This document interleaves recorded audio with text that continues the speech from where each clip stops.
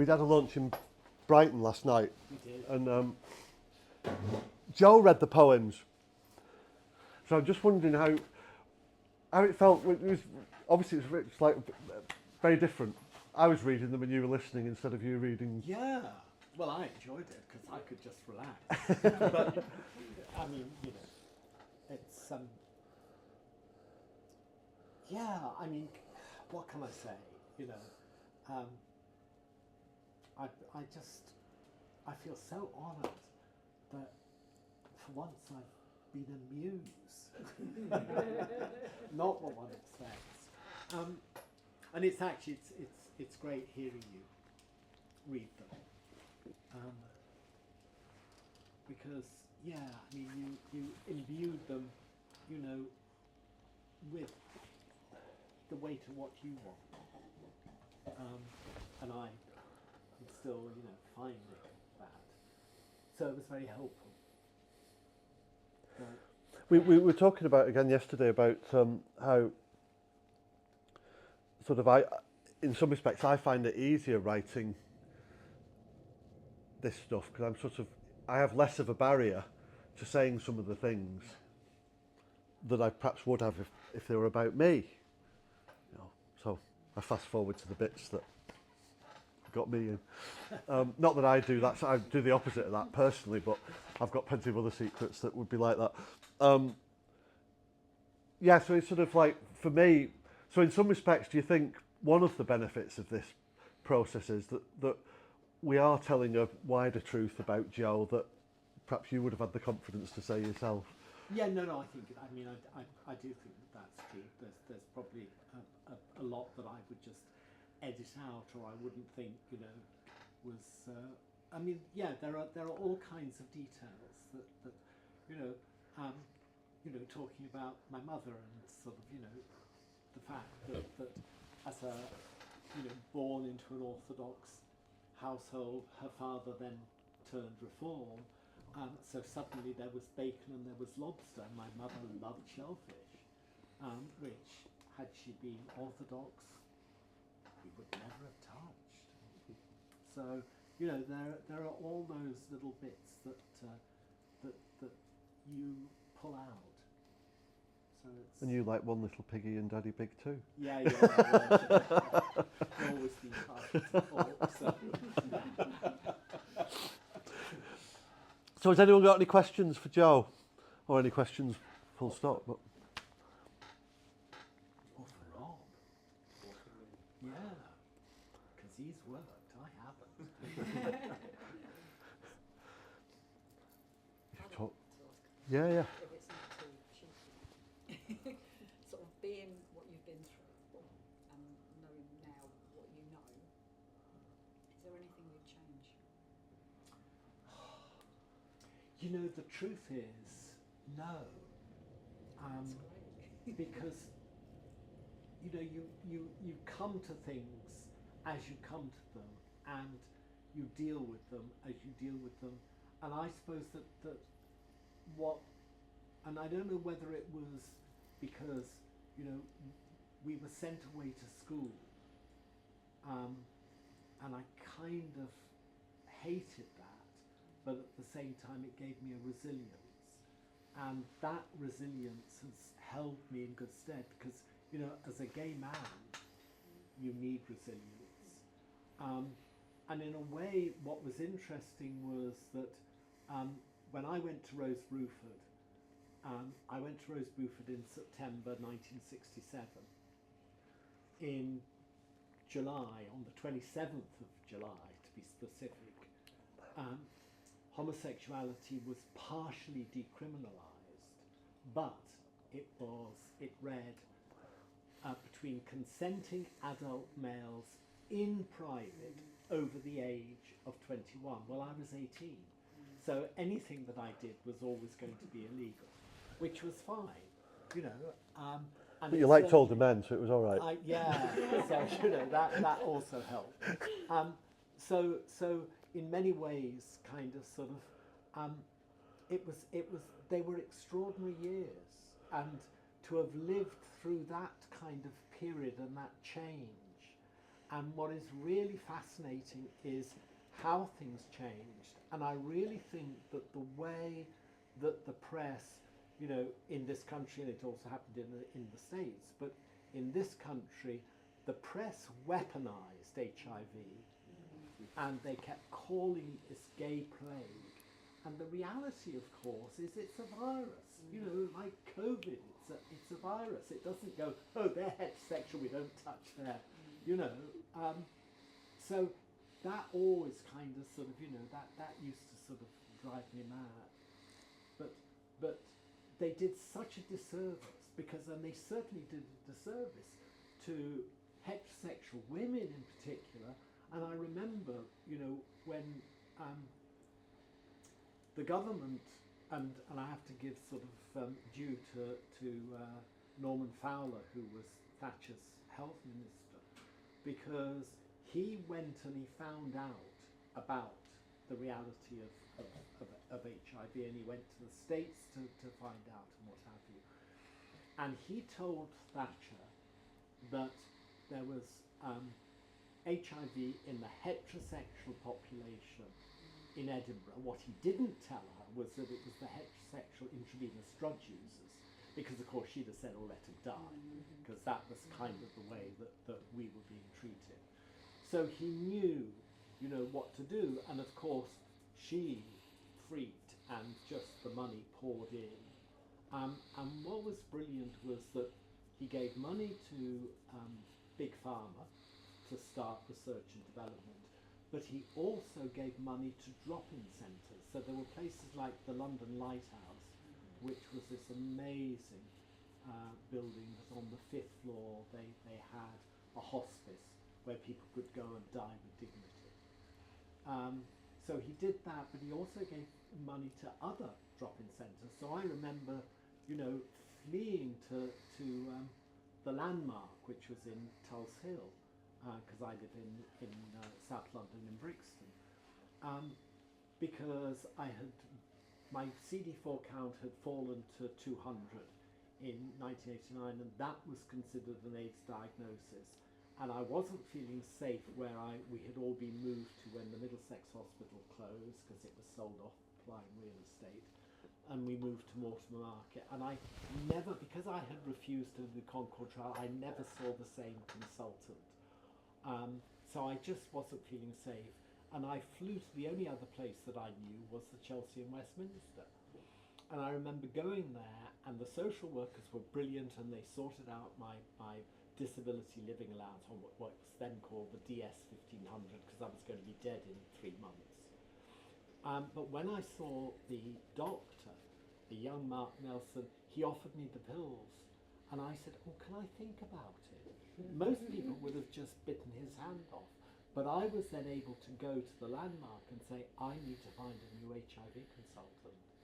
And someone told me about this doctor at the Caldecott Clinic at King's College Hospital. So I got in touch with Chris Taylor, and I've been with him ever since. You know, so it's those kind of things which are important. I think, yeah, I mean, what Joe was sort of skirting around to a certain degree, there's one thing that he's glad that he did do, and that's not take AZT, Well, that's true. because he'd be dead. Yeah. And 1990 was the second chance, and 1987 was the Concord trial that Joe refused to enter. So we were talking about it yesterday. Of course, there'll never be justice on that. There's been inquiries, and they're just deluded. You know, the original trial was stopped because they said it was unethical and immoral to continue the trial because of the proven benefits that they'd had in the short period of time of the drug. So they stopped the trial, and it was proven late, and it took then another 10 years almost, 7, 8 years to prove that there was an initial benefit, but actually in the end you were worse off with AZT than you were without it. But they stopped the trial, And then I was involved in market research when I was at college. I had like a summer job doing pharmaceutical market research, and I did this study into HIV with consultants. And it was a 3-part thing. The first one was like, you know, how do you treat your patients and all of that. It was really sort of very illuminating to have that to speak to. I had like 10 HIV consultants, and we're talking about 1987, 87 or 88. And the second one was then particularly about how do you give your patients AZT. And the third one, and I kid you not, I wish I kept the papers. The third one was basically a study where I was asking the consultant, what do I need to tell you about AZT for you to give to your patients more of it earlier? And that was the whole questionnaire that I did for 3 hours with the consultant, was what do I need to tell you? Not this is a fact, therefore does this drive you to give it earlier, or does this drive you to give it at higher doses? It was, I'm here to collect information from you to find out what I need to tell you. But it was, I mean, what was interesting about the Concord trial was that they were giving people 3 grams a day. So a gram in the morning, gram in the afternoon, gram in the evening. When finally AZT is being used in medication, it was either 1.25 or 2.25 milligrams. I mean, so that's the difference. So I mean, people were just being poisoned. And basically, it was a failed chemotherapy drug, which they never said. And with chemotherapy drugs, what they're supposed to do is to wipe out your whole immune system, taking the cancer with it. And that's exactly what the virus was doing. So, you know, it was like a double whammy. Well, unfortunately, it was worse than that, because what actually happened was HIV replicated and the AZT stopped working. So not only had you lost your whole immune system, but AZT stopped killing the virus, because the virus went, because it's as clever as it is, found a way around it. So actually, you at a certain point, which is why all of a sudden people's viral counts were going up and people's CD4 counts were dropping, because the only thing that the drug was doing was wiping out all the good stuff, and it wasn't even wiping out HIV. And we had 8 years of was it Wellcome originally, wasn't it? And then Glaxo that made God knows how much. Anyway, any other questions or thoughts or? So a comment rather than the question, but thank you. I mean, it's just it was extraordinarily beautiful and just incredible to capture. I mean, I obviously love your work, Simon, and you know followed that, but to capture Jonathan's story in that way in a sort of short space of time, just incredibly beautiful. I mean, what I would love to see is that it gets out to more people. So I worked, as you know, but I worked in HIV services and it wasn't age ward at Barts in the 90s as a psychiatrist. But there are young people now that I meet with HIV, and when I worked at Chel West, there are an older generation with HIV who are, and both generations that I meet have the stigma, shame, people that don't know, and I think it's just incredibly powerful to hear other people's stories, because you know there's grief but there's hope, and there's isolation, and I think we forget, because you know there's so much about you and how great it is in terms of treatment, but that's not what I hear when I talk to friends who will never have a relationship, or young folk who, you know, for various cultural backgrounds, are not comfortable in their communities, and everyone's thinking it's all okay. Well, it isn't all okay, but the more we talk about it. Well, you probably remember the study that I've written a lot and performed a lot about is the so in 1996, which is when effectively HIV was still a death sentence, the suicide rate of men in the UK in the first year after diagnosis was 5 times the average. And overall it was twice as high. And we know how bad the suicide rate of men is. So it's 5 times higher, 2 times higher on average. In 2012, where now HIV was not a death sentence, it was a chronic illness, probably an easier chronic illness than diabetes. What do you think happened to the suicide rate? It was exactly the same. Exactly the same. This is a Lancet published research study. So the only explanation for that the paper concluded was that this was stigma. Now I know for certain that both, and I will speak on behalf of Joe on both Joe's and I's thing, that the fact that we finally had the proof of U equals U, i.e. if you're infected and you're on good medication, you cannot infect someone else. And that was sort of, I know it transformed Joe's view of himself and the world, and it also transformed my view of myself and the world as well, in terms of the stigma, because you are no longer the lethal weapon that we perceived ourselves to be. So I would hope that that has done something to reduce the suicide rates. But it's still HIV stigma is still a problem. Yeah. Even regardless of that, it's still, Yeah. and Well, this is, and the difficulty is that now it's, the group that they most need to get is heterosexual men.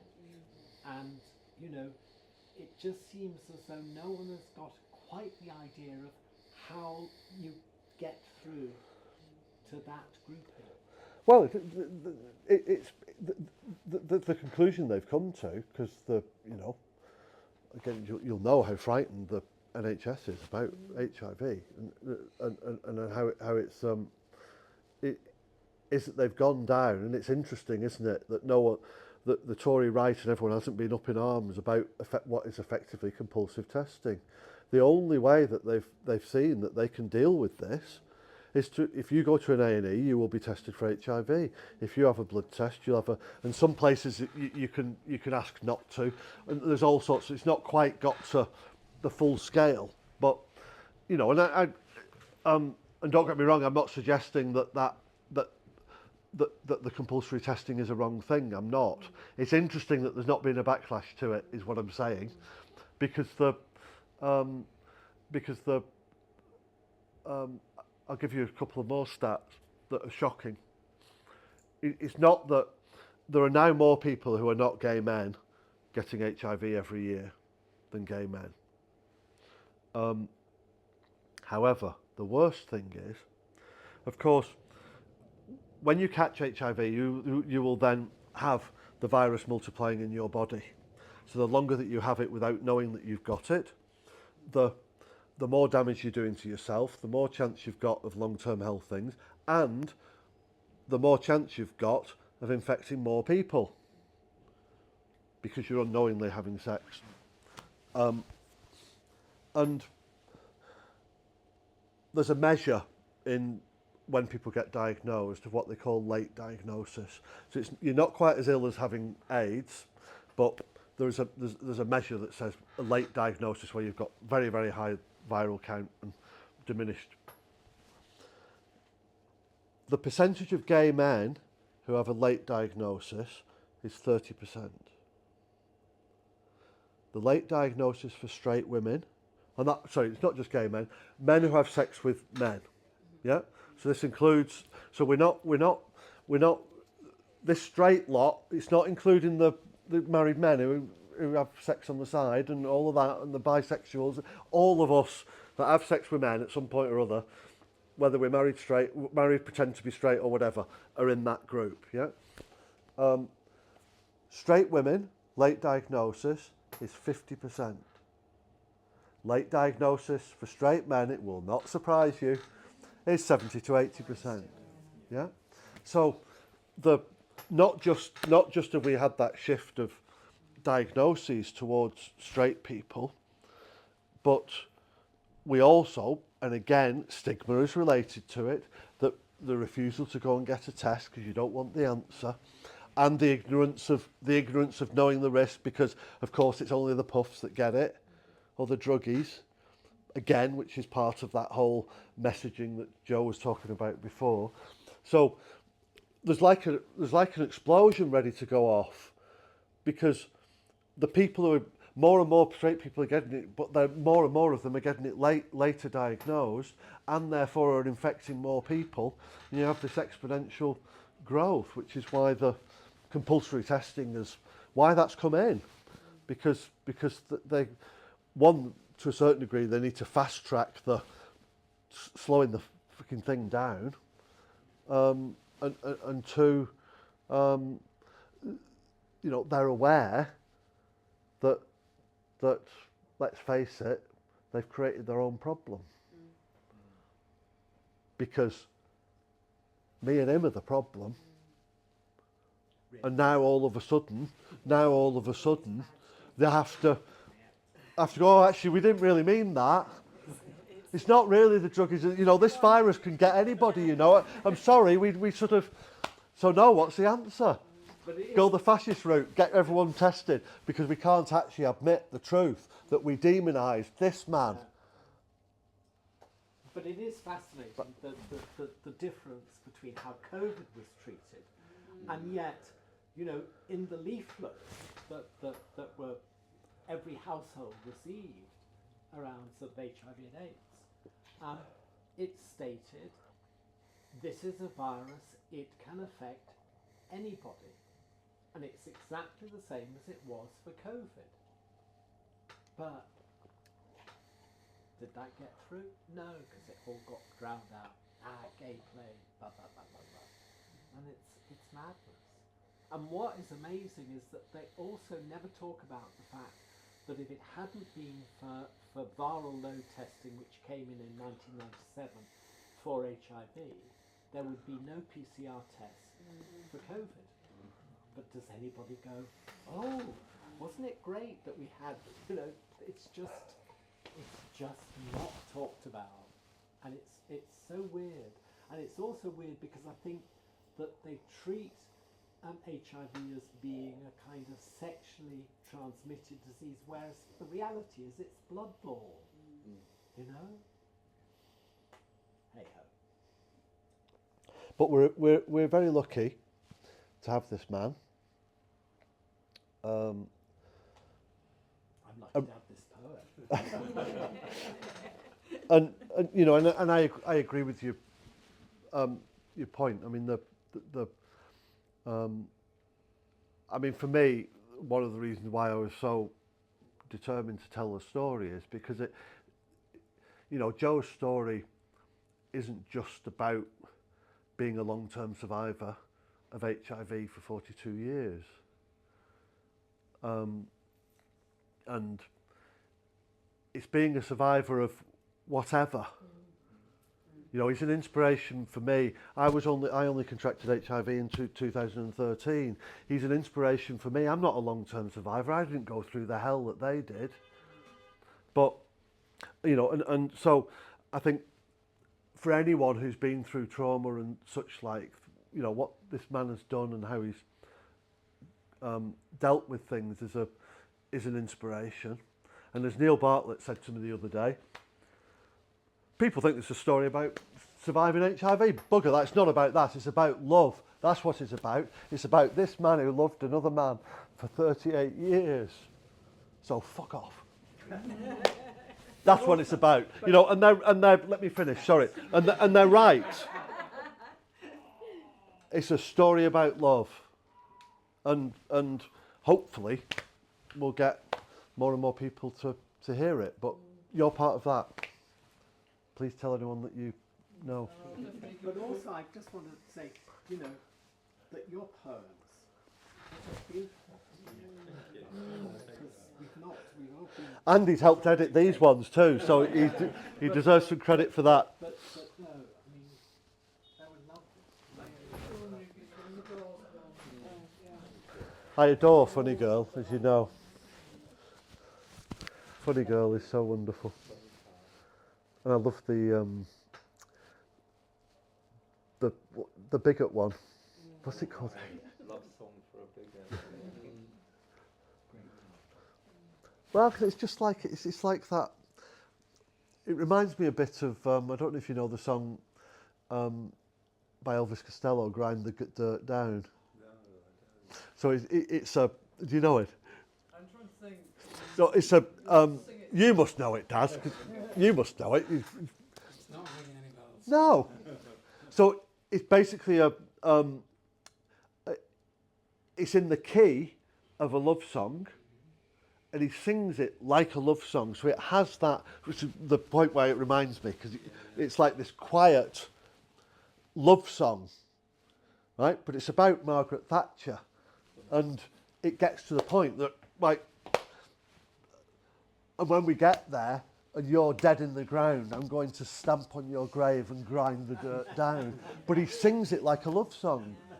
And that's what I think Rob does so beautifully in that poem, is that there's that, it's this quiet assassination of a bigot, basically. Yeah, that was certainly the intention. Well, you did it. Good. But you need to listen to Elvis Costello's Grind the Dirt Down, and you have the musical version of the same thing. Great. Thank you. Thank you so much.